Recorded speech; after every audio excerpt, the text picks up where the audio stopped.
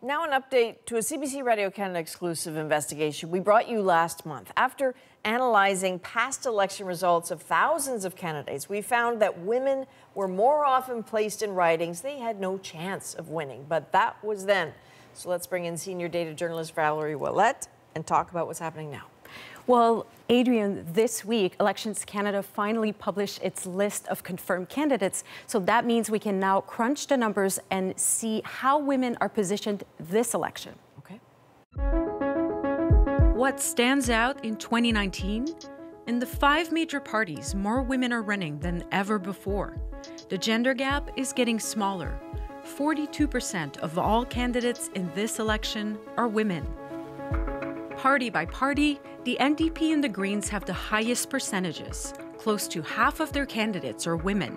Compared to the last election, the Bloc Québécois and the Conservatives have made the biggest change. But for any party, this might not be permanent.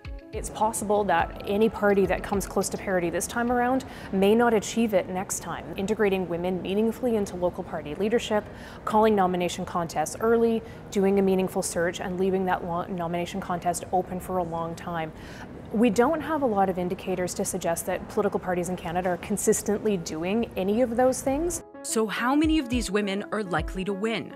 We looked at stronghold ridings, places where a party has a decent chance of winning, and found that 23% of the candidates running there are women. And that has not changed much in the past decade. It looks like parties are doing better at finding women to be candidates and then turning around and making just as many of them sacrificial lambs. And so we're not going to see much change, I don't think, in the number of women who are actually elected.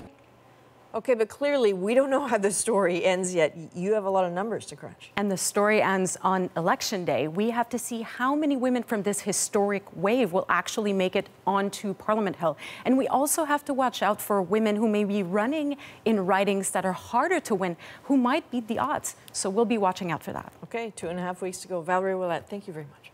Thank you.